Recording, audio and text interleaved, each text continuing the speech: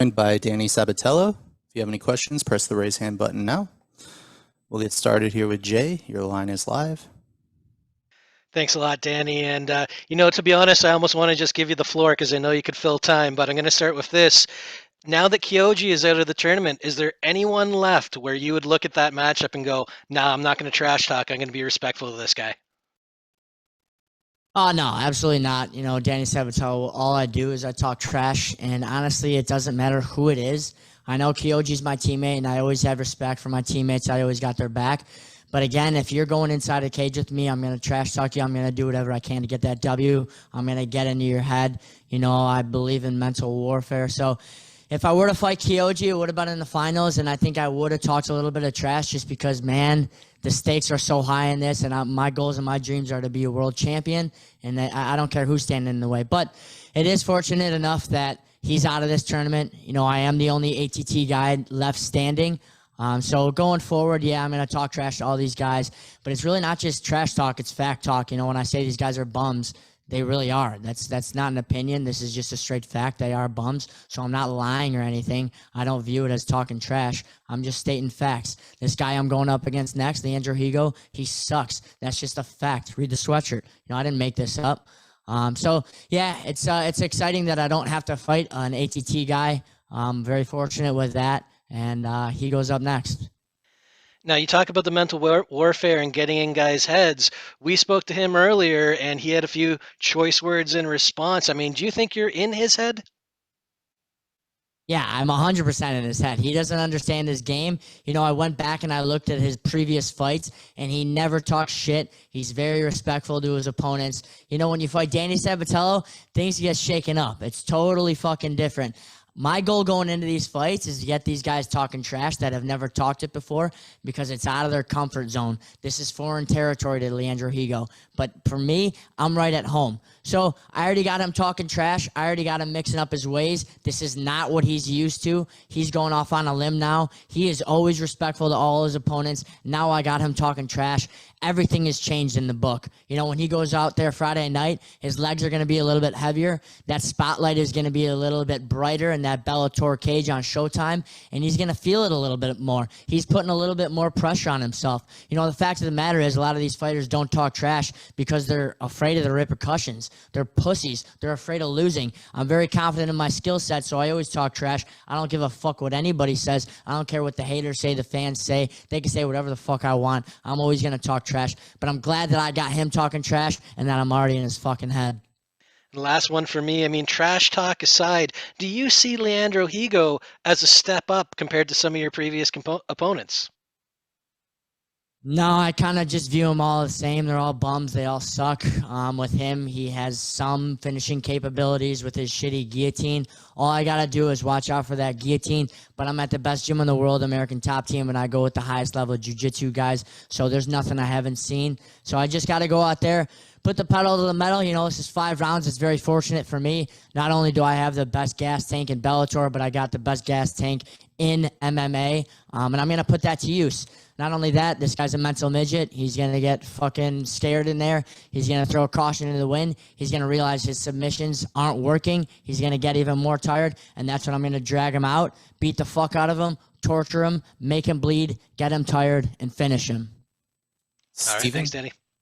You guys are staying at the same hotel, I presume. Have you run into him at all since? No, I have not run into him, which was kind of weird. I feel like he's avoiding me. I don't know. I don't think he speaks English anyway, so I don't know what would happen if I did run across him. I've been picturing his face now for a couple of months, bashing it. So if I did see it in person, maybe it's a good idea that I don't get to see him because I feel like there might be a fight before Friday night. But no, I have not seen him yet. Do you have any idea, hearing through the grapevine, what his weight is at right now? Nah, I have no fucking idea. I'm trying not to worry about that. I know he misses weight all the time. He missed weight his last 2 fights. And then even before that, he's missed weight. Obviously, he's a pussy. He's not a man. He said he's going to do something. He doesn't do it. That's the problem in MMA these days. People say that we have a weight cutting problem in MMA. That's not true. We have a bitch problem in MMA. We got guys volunteering the weight class that they're going to go to, and they don't fucking make it. No one's making you make this weight but yourself. So if you're going to say you do something, you do it. And that's not what Higo does. He says he's going to make 135, and he never fucking does. I'm hoping he does make the weight, but regardless, we're fighting Friday night. If he doesn't make the weight, I'm still going to accept the fight, and we're going to fight. But sometimes if you miss weight by a lot, the commission won't sanction it. If that's the case, they won't sanction it. I'm going to find him in the parking lot and throw his head through a fucking car window. So either way, Friday night, me and Leandro Higo are fighting. And how many of those sweaters did you make? I can't reveal that number, but I got a lot of people asking for them. How much can we look forward to any more branded merchandise featuring your opponents? Yeah, absolutely. Going forward, this is just one of my things. I'm working with a couple companies right now, and after this fight, I should have a bunch of Danny Sabatello, the Italian gangster gear. Sweet. Thanks, man. Appreciate it. Thank you. Santiago. Hi, Danny. Thank you for the time. There are 5 very talented ATT fighters scheduled on this stacked Bellator 282 card. How was the energy in the gym for the last couple of weeks? Yeah, it's always through the roof. If you look at any card, there's going to be a bunch of ATT guys, regardless of the promotion. We're just fortunate enough to have 6 at this venue, and it's just fucking awesome. We've been feeding off each other's energy. We're in classes, we're in practices together. We push each other. ATT is a huge gym, but we're also a tight-knit group. We've just really been feeding off each other's energy. We all flew together down here. We've been hanging out together, and we're just going to fucking show up and show out Friday night. We're looking to go 6 for 6, but not just 6 for 6. We're looking for 6 finishes, and I think we got a good chance to do it. Everybody always talks highly about your head coach, Mike Brown. What is it like to strategize and to work with Mike Brown, who of course guided many fighters to a world championship? Yeah, Mike Brown's the best in the game. He is the best MMA coach, and it's not an opinion. That's just a fact. He is my head coach. I believe in him in all my heart. You know what?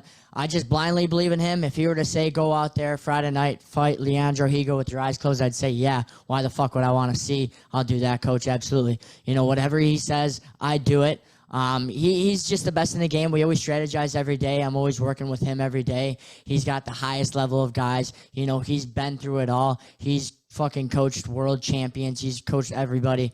I just believe in him so much. And with Danny Sabatello and Mike Brown together, nobody can fucking stop us. Obviously, he's going to be in my corner this fight. He'll be in my fucking corner for every fight. And he's just the best there is. And then last one for me, Danny. What is the best thing that you have experienced here at Bellator MMA? Because you're really involved with the company, right? Yeah, very involved, and I feel like I'm slowly becoming the face of Bellator. Just the treatment with them, everything's great with them. I'm very happy with this promotion. If it were up to me, I would start with them and retire with them. I see myself staying with only them. I'd like to be loyal to them. Obviously, I could do a lot of things, but I can't tell the future, so who knows what it holds. But I love Bellator. They got the best platform. I love being on Showtime. I love fighting in that Bellator cage. Very much looking forward to it. And again, I hope I retire with Bellator. Cannot wait to see you perform again. Good luck on fight night, sir. Thank you. Salvador. Hey, Danny, I saw you on the MMA Hour recently and noticed that a lot of fans were agreeing with your point that MMA fans are idiots. Have you gotten any angry DMs in response to that, kind of proving your point? Yeah, I get fucking angry DMs every day, and I fucking love it. I am just getting it from everybody. But you know what? I look at it and I see it's like a fucking 10-year-old kid who's got red hair and is fat. So it's like, I don't really give a shit. I'm always going to get hate no matter what I say. So at the end of the day, I don't really give a fuck. I'm going to get hate. I'm going to get love. To me, I don't really care. You can hate me. That's cool. You can love me. That's also cool. I kind of feed off the hate. There's nothing more I like than walking out into the cage and seeing some guy rail side saying, fuck you, giving me the middle finger. Because I know after I beat the shit out of the guy in the cage, I'm going to go find the other guy in the fucking crowd and beat the shit out of him too. So, I think it's just feeding off the energy of the emotion of the crowd and the fans. I love it when people say fuck you and say that they're going to kill me. It's like, dude, bring it on. Let's go. That's what I'm made for. This is what I fucking want. I love it when fucking people hate me. But of course, I'm very loyal to my fan base as well. If you fucking love me, That's awesome. We're in for a fucking ride. We're in for a ride that you've never seen before. You know, someone like me, nothing like that has happened before. So, yeah, of course, I've gotten the backlash. But make no mistake, most of MMA fans are fucking idiots. They don't know what the fuck they're talking about. So at the end of the day, I don't give a shit. I'll say whatever the fuck I want. And yeah, it is what it is. You can fucking hate me. I don't give a fuck. Awesome, man. Good luck on Friday. Thank you. Raul? Hey, Danny. Rafian Stotts recently said that he's going to be on commentary for Bellator 282. Can I just get your thoughts on that? And will we see you on commentary for one of his fights? Yeah, maybe. Why would they bring that fucking guy in? All he does is stutter. They say he talks trash. He's got the worst trash talk ever. Someone the other day I saw on Twitter, even though I don't go on Twitter that much, just because it fucking pisses me off, again, by the dumbass MMA fans. Someone said he had good trash talk. That's just pathetic. He doesn't have good trash talk. He does trash talk, but it's not good. Listen to the guy speak. All he does is fucking stutter. I can't believe they put him in the commentary booth. In terms of me commentating one of his fights, yeah, I guess, but I don't know if I'll be able to watch one of his fights just because it's so sloppy and I'll be disgusted. I don't want to get worse watching him fight, so I don't know if I'll ever agree to do that. It would be fun being in the booth and being on the mic. I just don't know if I would ever want to call one of his sloppy fights. Awesome. Thank you. Thank you. Nathan? Greetings, Danny. You are a very loquacious, grinding wrestler, nicknamed the Italian Gangster. There's another loquacious wrestler who has a gangster nickname. How much has Chael influenced you, and did he have any impact on your nickname choice? Yeah, Chael's the shit. Chael's an OG. You know, he's a pioneer of the sport. You can either love or hate a guy like him or Conor McGregor, but the fact of the matter is those guys have changed the game so much, so you got to have some respect for him. Chael's a guy that I've watched so many of his fucking fights, so many of his interviews, but I don't necessarily want to mimic my style to him or basically anybody. I want this to be very authentic. I just want it to be about me. I don't want people to be reminded of anybody else when they think of me. I think when people say Danny Sabatello, all I want them to think about is just myself and Bellator, and that's it. So I'm kind of just trying to be myself, do my own thing. You know, one thing about me is I'm not fake. I'm not cheesy. This isn't a shtick. This is just how I am. A lot of guys out there create this fake persona. That's not me. This isn't fake, you know, and there's nothing fake about me going in the cage and beating the shit out of somebody. You know, this isn't WWE or fake fucking wrestling. You know, this is real shit in my book. So I'm always going to be real. I know Chael is one of the OGs. He didn't have any influence on my nickname or anything like that. None of these guys I like to think had any influence on me. I'm just out here doing my own thing. Now, you said regarding your realness and your personality that this is you all day, every day, and it doesn't matter what you're doing. You have this competitive fire and you just want to kill everyone in whatever the competition is, whether it's spoons, competitive eating, it doesn't matter. Where does that fire come from? From birth. You know, I've always just been like this. I take competition very seriously. You know, the fact of the matter is all I care about is competing. All I care about is fighting. Growing up, I fucking started wrestling at the age of 4. That was always my life. Played football, baseball. So competing is just ingrained in me. And I'm not one of those people that say, oh, yeah, oh, my God, it's my opponent. Respect him, love him. No. You know what? The fact of the matter is I'm going in the cage with this motherfucker. He's trying to embarrass me in front of my friends, my family, my teammates. Fuck no, I'm not going to let that happen. You know, I take it, again, very seriously. I don't have any hobbies. I'm not fucking average. Hobbies are for average people. I don't fucking play video games or hunt or do any of that. All I do is I fucking work out at the best gym in the world, American Top Team, twice a day, every day. You know, if I don't have a fight, obviously I'm not in the gym. I'm out getting fucked up with my boys, having a good time. But other than that, I'm in the fucking gym.